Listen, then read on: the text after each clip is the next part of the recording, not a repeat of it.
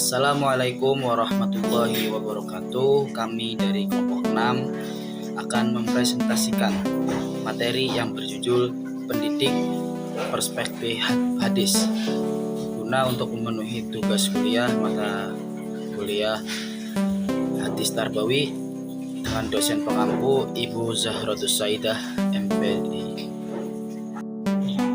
Baik, sebelum masuk ke pembahasan, saya akan memperkenalkan diri terlebih dahulu dengan kelompok saya. Yang pertama ada Saudari Aisyah Elsa Sulistia, kemudian ada Kisi Fatia Ramadanti, dan ada saya sendiri Muhammad Ilham Al-Masuri. Seperti apa materinya? Mari kita simak bareng-bareng. Pertama yaitu pendidik.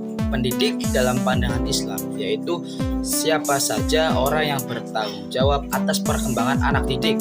Dalam Islam ada ayah dan ibu sebagai orang yang bertanggung jawab dalam mendidik peserta didik, yaitu anaknya.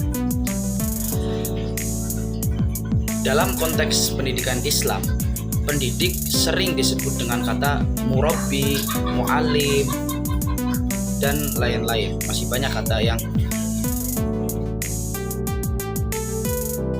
baik. Selanjutnya yaitu masuk ke materi Rasulullah sebagai guru atau pendidik. Seperti salah satu hadis di bawah ini bahwa Rasulullah SAW bersabda, sesungguhnya Allah tidak mengutusku sebagai orang yang kaku dan keras, akan tetapi mengutusku sebagai seorang pendidik dan orang yang mempermudah. Hadis riwayat Muslim.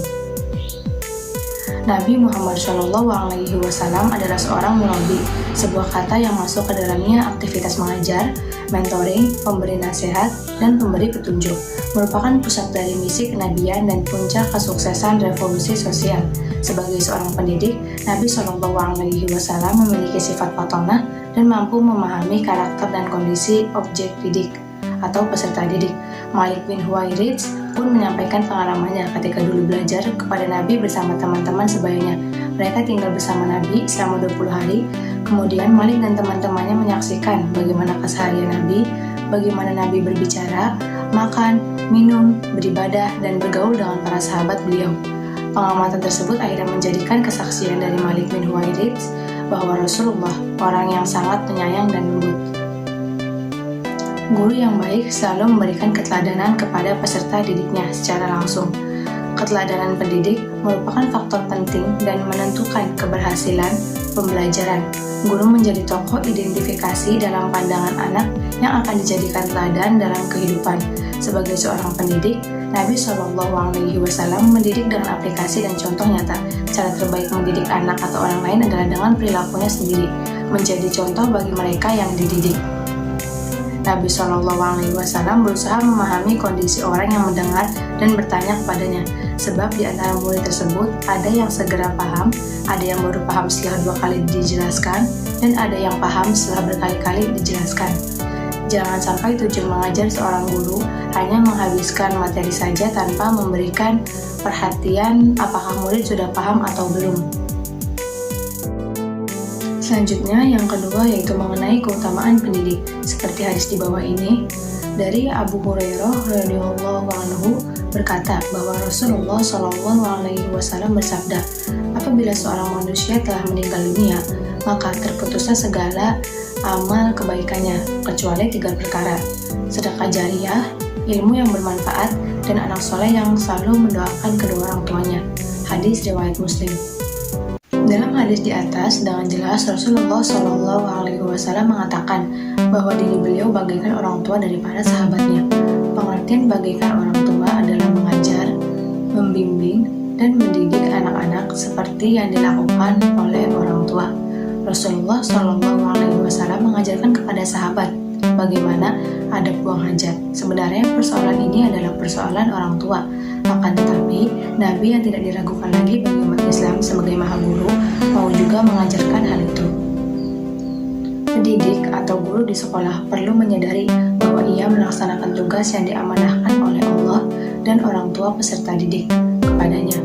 Mendidik anak harus didasarkan pada rasa kasih sayang. Oleh sebab itu, pendidik harus memperlakukan peserta didiknya bagaikan anaknya sendiri.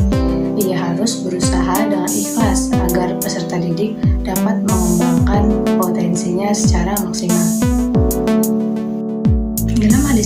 jelas terdapat informasi bahwa ada 3 hal yang selalu diberi pahala oleh Allah pada seseorang, kendati pun ia sudah meninggal dunia, yaitu yang pertama sedekah jariyah atau wakaf yang lama kegunaannya, yang kedua ada ilmu yang bermanfaat, dan yang ketiga ada doa yang dimohonkan oleh anak yang soleh untuk orang tuanya. Sehubungan dengan pembahasan ini adalah ilmu yang bermanfaat, yaitu ilmu yang diajarkan oleh seorang guru kepada orang lain atau kepada peserta didiknya. Pahala yang berkelanjutan merupakan salah satu keutamaan yang akan diperoleh oleh pendidik atau guru. Selanjutnya masuk ke materi hadis kedudukan dan keutamaan pendidik. Yang pertama yaitu mengenai kedudukan pendidik. Seperti hadis di bawah ini, Abu Hurairah meriwayatkan bahwa Rasulullah SAW bersabda, "Sesungguhnya saya menempati posisi orang tuamu. Aku akan mengajarmu apabila salah seorang kamu mau buang hajat, maka janganlah ia menghadap atau membelakangi kiblat. Janganlah ia beristinja atau membersihkan dubur sesudah buang air dengan tangan kanan. Beliau menyuruh beristinja, kalau tidak dengan air, dengan 3 batu, dan melarang beristinja dengan kotoran atau najis dan tulang." Hadis riwayat Abu Dawud. Selanjutnya, saya akan menjelaskan hadis syarat-syarat pendidik. Pendidik adalah orang yang paling berpengaruh terhadap perkembangan peserta didik. Oleh sebab itu, ada syarat-syarat yang harus dipenuhi oleh seorang yang akan menjadi pendidik. Menurut hadis, syarat-syarat tersebut adalah yang pertama, pendidik harus beriman. Hadisnya an Sufyan bin Abdullah Ats-Tsaqafi qala qultu ya Rasulullah kulli fil islami qawlan la aslu anhu ahadan ba'daka wa fi hadisi abi asamata ghairaka qala qultu amantu billahi fastaqim. Dari Sufyan bin Abdullah Ats-Tsaqafi meriwayatkan bahwa ia berkata kepada Rasulullah, "Ya Rasulullah, katakanlah kepadaku sesuatu tentang Islam yang tidak akan saya tanyakan lagi sesudah engkau." Nabi berkata, "Katakanlah saya beriman kepada Allah lalu tetapkanlah pendirianmu." Pendidik adalah orang yang bertanggung jawab membimbing anak untuk mencapai tujuan pendidikan, yaitu beriman dan bertakwa kepada Allah Subhanahu wa taala agar tujuan tersebut dapat tercapai. Pendidik terlebih dahulu harus beriman. Kemudian yang kedua, pendidik harus adil. Hadisnya An-Nu'man bin Bashir qala Rasulullah sallallahu alaihi wasallam adilu baina abnaikum adilu baina abnaikum. Dari Nu'man bin Bashir, ia berkata Rasulullah SAW bersabda, "Berlaku adillah kamu di antara anak-anakmu, berlaku adillah kamu di antara anak-anakmu." Hadis ini dengan tegas Rasulullah SAW memerintahkan kepada para sahabat atau umatnya agar berlaku adil kepada anak-anaknya dalam konteks pendidikan. Dengan demikian, pendidik wajib berlaku adil dalam berbagai hal terhadap peserta didiknya. Muhammad Atiyah Al-Abrashi menegaskan agar pendidik itu harus memiliki sifat-sifat keadilan. Keadilan pendidik terhadap peserta didik mencakup dalam berbagai hal, seperti memberikan perhatian, kasih sayang, pemenuh kebutuhan, bimbingan, pengajaran, dan pemberian nilai. Bila sifat ini tidak dimiliki oleh seorang pendidik, maka ia tidak akan disenangi oleh peserta didiknya dan membuat pembelajaran tidak mendapatkan hasil yang optimal. Kemudian yang ketiga, pendidik harus berilmu. An Abdillah bin Amri bin Asi qala sami'tu Rasulullah sallallahu alaihi wasallam yaqulu innallaha la yaqbidul ilma tizaan yantazi'uhu minal ibadi walakin yaqbidul ilma bil qabdil ulama hatta idalam yubqi aliman ittakhadan nasu ru'usan juhala fasu'ilu fa'aftau bi ghairi ilmi fadollu wa adollu. Abdullah bin Amr bin Al-As meriwayatkan bahwa ia mendengar Rasulullah SAW bersabda, "Sesungguhnya Allah tidak menarik ilmu pengetahuan kembali dengan mencabutnya hati sanubar manusia, akan tetapi dengan mewafatkan orang-orang berpengetahuan atau ulama. Apabila tidak ada lagi orang alim yang tersisa, manusia akan mengangkat orang bodoh menjadi pemimpin yang dijadikan tempat bertanya. Lalu orang-orang bodoh itu ditanya dan mereka berfatwa tanpa ilmu, mengakibatkan mereka sesat dan menyesatkan." Hadis riwayat Bukhari. Ibnu Hajar menjelaskan bahwa hadis ini berisi anjuran menjaga ilmu, peringatan bagi pemimpin yang bodoh, peringatan bahwa yang berhak mengeluarkan fatwa adalah pemimpin yang benar-benar mengetahui, dan larangan bagi orang yang berani mengeluarkan fatwa tanpa berdasarkan ilmu pengetahuan.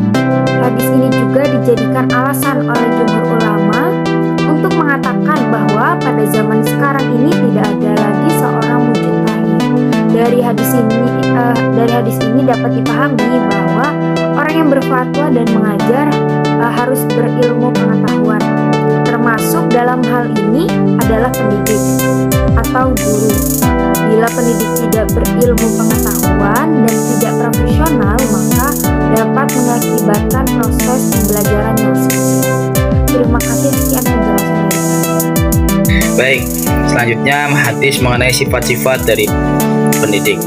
Tentunya seorang pendidik atau guru itu memiliki sifat yang lemah lembut dan kasih sayang, seperti yang dijelaskan dalam hadis yang diriwayatkan oleh